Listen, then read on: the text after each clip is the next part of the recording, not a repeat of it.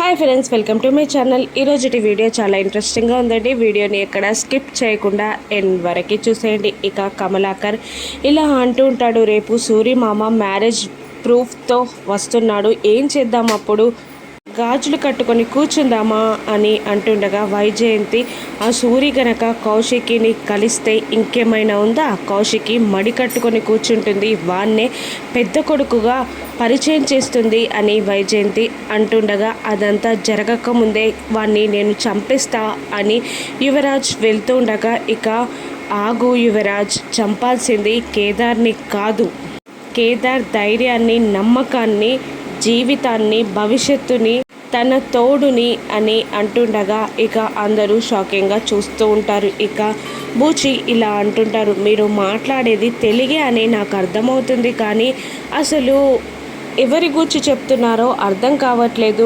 కాస్త అర్థమయ్యేలా చెప్పరా అని బూచి అంటుండగా, జగదాత్రి కేదార్లని విడదీయాలి, అప్పుడే కేదార్ని ఈ ఇంట్లో నుండి వెళ్ళగొట్టడం మనకు సులువవుతుంది అని అంటుండగా అంతవరకు ఇంట్రెస్ట్గా చూస్తున్న వాళ్ళందరూ ఒక్కసారిగా నీరు గారిపోతారు.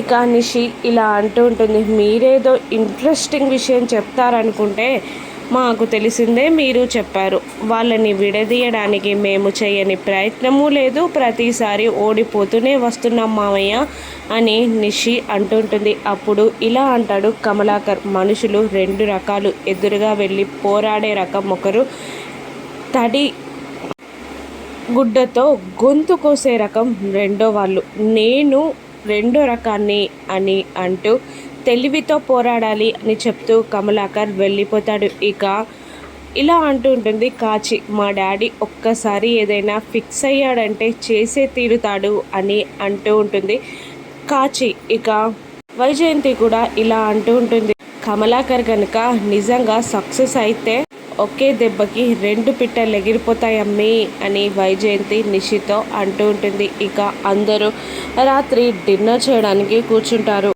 అప్పుడు కౌశికి ఇలా అడుగుతూ ఉంటుంది, కేదార్ దాత్రి రాకపోవడం చూసి, కేదార్ దాత్రి రాలేదేంటి, ఎక్కడ వాళ్ళు అని అడుగుతూ ఉండగా ఇక యువరాజ్ కోపంగా విసుగ్గా ఇలా అంటుంటాడు, వాళ్ళు మీ చుట్టాలు కదక్క, నీకే తెలియాలి అని అంటుండగా ఇక సుధాకర్ అలా మాట్లాడతావేంట్రా అని అంటూ ఉంటాడు. ఇక అప్పుడే కేదార్ వస్తూ ఉంటాడు, అదిగో వస్తున్నాడు అని కాచి అంటూ ఉంటుంది. ఇక కేదార్ని ఏమైంది, దాత్రి ఎక్కడా అని కౌశికి అడుగుతుండగా, వస్తుందక్క అని చెప్తాడు కేదార్. ఇక చిచ్చి, కొందరి అనాథ బ్రతుకులతో కలిసి కూర్చొని తినాలి, నాకీ కర్మెంటో అని నిషి ఎగతాళిగా మాట్లాడుతూ ఉంటుంది. ఇక బూచి కాచి యువరాజ్ కూడా పాపం కేదార్ బాధపడేలా, అతను అనాథ, దిక్కులేనివాడు, అనామకుడు అనేలా తలా ఒక మాట మాట్లాడుతూ ఉంటారు. ఇక అప్పుడే అక్కడికి వస్తున్న దాత్రి నిషి అని గట్టిగా అరుస్తూ ఉంటుంది, ఏంటి ఏం మాట్లాడుతున్నావు, అతను ఎవరో తెలుసా, ఇంటి అల్లుడు, మీ బావగారు, అలాగేనా మాట్లాడేది అని అంటూ ఉంటుంది దాత్రి నిషిని. ఇక నిషి సైలెంట్ అయిపోగా ఇక ఇలా అంటుంటుంది కౌశికి, మా వాళ్ళకి ఎంత చెప్పినా వినరు, వాళ్ళ తరపున నేను నీకు సారీ చెప్తున్నాను అని అంటూ ఉంటుంది కౌశికి. అయ్యో అక్క, అదేం లేదు, నేనేం ఫీల్ అవ్వలేదు, పర్లేదు దాత్రి అని అంటూ ఉంటాడు కేదార్. ఇక నువ్వు వడ్డించు దాత్రి అనగా దాత్రి అందరికీ వడ్డిస్తూ ఉంటుంది. వైజయంతి దాత్రిని కోపంగా చూస్తూ ఉంటుంది. ఇక కేదార్ రెండు బుక్కలు తినేసి వెళ్ళి హ్యాండ్ వాష్ చేసుకుంటూ ఉండగా ఇక కేదార్నే గమనిస్తున్న కమలాకర్ తినకుండా కేదార్ వెళ్ళగానే ఇక సింక్ దగ్గరికి చేతులు కడుక్కోవడానికి వెళ్ళి, ఇట్రా కేదార్ అని అంటూ కేదార్ని లాక్కుని వెళ్ళిపోతూ ఉంటాడు ఎవరు చూడకుండా. కానీ దాత్రి నిషి వైజయంతి గమనిస్తూనే ఉంటారు. ఇక వైజయంతి నిషితో ఇలా అంటూ ఉంటుంది, చూసావా చిన్నమామయ్య కేదార్ గారిని బయటికి లాక్కెళ్ళాడు, అతని ప్లాన్ సక్సెస్ అయితే మనకి చాలా బెనిఫిట్ అని అంటూ ఉంటుంది వైజయంతి. అవునత్తయ్య అని నిషి అంటూ ఉంటుంది. ఇక జగదాత్రి మనసులో, ఇదేంటి చిన్నమామయ్య గారు ఎవరు చూడకుండా కేదార్ని ఎందుకు పక్కకి తీసుకెళ్తున్నారు అని గమనించి వాళ్ళు ఏం మాట్లాడుకుంటున్నారో వినడానికి జగదాత్రి కూడా వెళ్తుంది. ఇక కమలాకర్ ఇలా అంటుంటాడు కేదార్ని, కేదార్ నువ్వు మా అన్నయ్య కొడుకు అని నేను నమ్ముతున్నానురా అని అనగానే ఇక సంతోషపడుతూ ఉంటాడు కేదార్. థ్యాంక్ యూ బాబాయ్, థ్యాంక్ యూ. నువ్వు నమ్ముతావని నేను అనుకోలేదు. నాకు చాలా సంతోషంగా ఉంది బాబాయ్ అని అంటూ ఇక కేదార్ కమలాకర్ని వాటేసుకుంటాడు. అది చూసి చాలా సంతోషపడుతుంది జగదాత్రి కూడా. మీ నోటి నుండి ఇటువంటి మాటలు వింటానని అనుకోలేదు మావయ్య అని దాత్రి కూడా మనసులో అనుకుంటూ ఉంటుంది. ఇక ఇలా అంటూ ఉంటాడు కమలాకర్ కేదార్ని.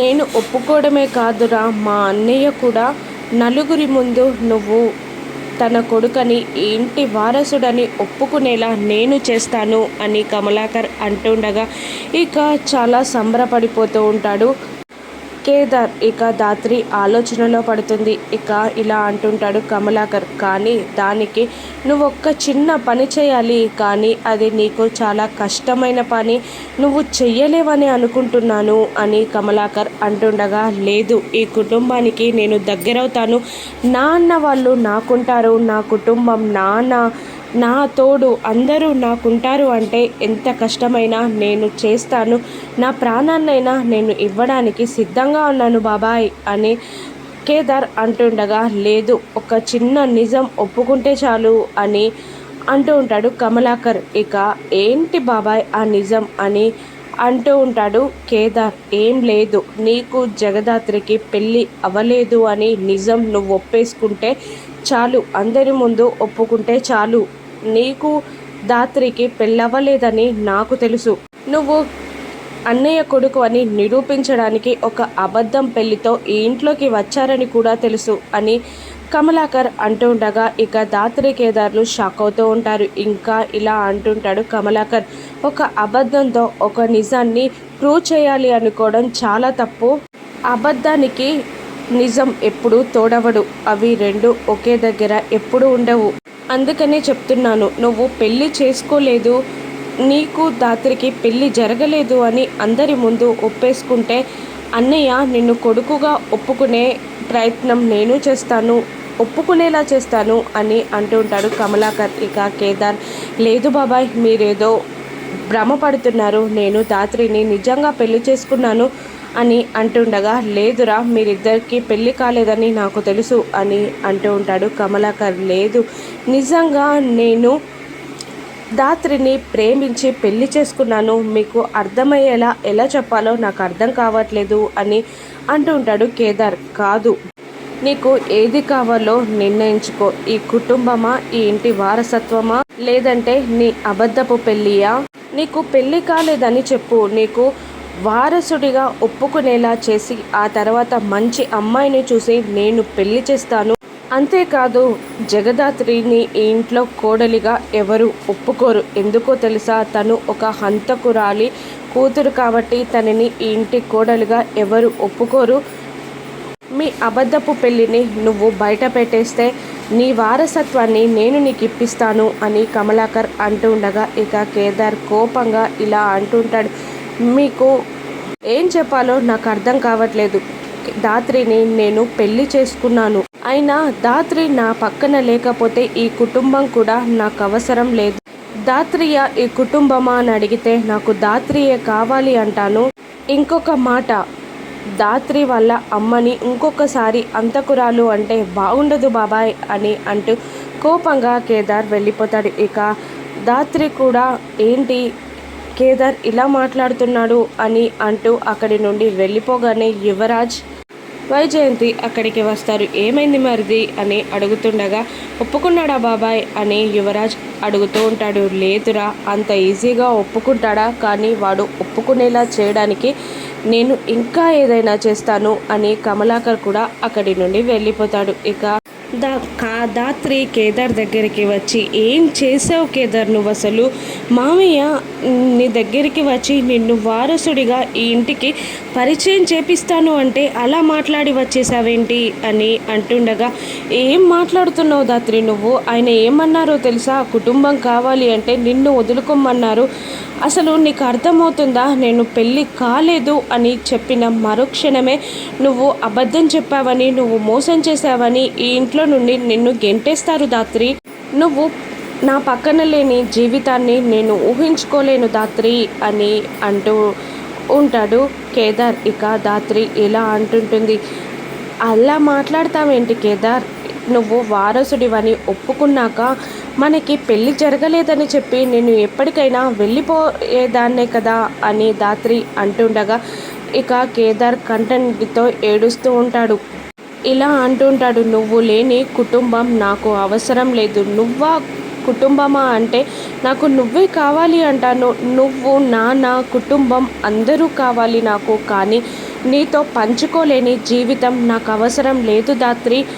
జీవితంలో నీ చెయ్యిని ఎప్పటికీ వదిలిపెట్టను అని అంటూ ఏడుస్తూ ధాత్రిని వాటేసుకుంటాడు కేదార్. ఇక ఏం మాట్లాడుతున్నావు, అంతా వింతగా కొత్తగా మాట్లాడుతున్నావు అని అంటుండగా, కాదు వాళ్ళ కుట్ర నీకు అర్థం కాలేదా, నీకు పెళ్ళి కాలేదు అని చెప్పిన మరుక్షణమే నిన్ను బయటికి గెంటేస్తారు. అబద్ధం చెప్పినందుకు నేను కూడా వారసుడు కాదనే చెప్తారే తప్ప వాళ్ళ కుట్రని మనం అర్థం చేసుకోలేమనుకున్నారు. కానీ ఒక్కటి చెప్తున్నాను ధాత్రి, జీవితంలో నిన్ను వదిలిపెట్టను. నీతో కలిసున్న కుటుంబమే నాకు కావాలి, కానీ నువ్వు లేని కుటుంబం నాకు అనవసరం. నువ్వు లేకుంటే నా చుట్టూ ఎంతమంది ఉన్నా నేను అనాథనే ధాత్రి. మనమిద్దరం మనకిద్దరు ధాత్రి అని అంటూ కేదార్ అక్కడ నుండి వెళ్ళిపోగానే, ఏంటి కేదార్ ఇలా మాట్లాడుతున్నాడు, చాలా కొత్తగా కనిపిస్తున్నాడు కేదార్, నాకు తెలియకుండా తన మనసులో ఏదో దాచుకుంటున్నాడు కేదార్, నేను అదేంటో తెలుసుకోవాలి అని ధాత్రి అనుకుంటూ ఉంటుంది. ఇక కౌశిక్కి తన కబ్బోర్డ్ నుండి శారీస్ అన్నీ బయట పారేస్తూ ఉంటుంది. సురేష్ ఇచ్చిన శారీ కనబడకపోవడంతో టెన్షన్ పడుతూ ఉంటుంది కౌశిక్కి. ఇక అదంతా బయట నుంచి నిషి కాచి గమనిస్తూనే ఉంటారు. ఇక అగ్నికి ఆద్యం పోయాల్సిన టైం వచ్చింది అని అంటూ నిషి కాచి ఇద్దరు లోపలికి వస్తారు. ఏంటక్క కబోర్డ్లో ఉన్న బట్టలన్నీ అలా బయట పారేస్తున్నావు అని అంటూ ఉండగా, సురేష్ ఇచ్చిన శారీ కనిపించట్లేదు, ఇక్కడే పట్టాను అని కౌశికి అంటూ ఉంటుంది. ఏంటి వదినా ఇది, కట్టుకోవడం ఇష్టం లేకపోతే తీసుకోవద్దు, కానీ ఇలా తీసుకొని పోగొట్టుకోవడం ఏంటి అని నిషి ఎగతాళిగా మాట్లాడుతూ ఉండగా, నిషి అని గట్టిగా అరుస్తూ ఉంటుంది. ఏంటి వదినా మరి, లేకపోతే పాపం అన్నయ్య ఆ శారీ మీకు ఇస్తున్నప్పుడు అతని కళ్ళలో ఎంత ప్రేమ కనబడిందో కదా, ఇప్పుడు ఆ శారీ పోయింది అని చెప్తే అతని కళ్ళలో నిప్పులు కురుస్తాయి అని నిషి అంటుండగా, ఇక అప్పుడు సురేష్ తనకి శారీ ఇచ్చినప్పుడు మాట్లాడిన మాటలన్నీ కౌశికి గుర్తు తెచ్చుకొని, ఎలాగైనా శారీ పోయిందన్న విషయం సురేష్కి తెలియకూడదు అని కౌశికి అంటూ ఉంటుంది. ఇక ధాత్రి కౌశికి ఏదైనా హెల్ప్ చేయనుందా, లేదంటే శారీ పోగొట్టుకున్నందుకు సురేష్ కౌశికిని అపార్థం చేసుకుంటాడా, రాను ఎపిసోడ్స్లో చూద్దాం. Thank you for watching.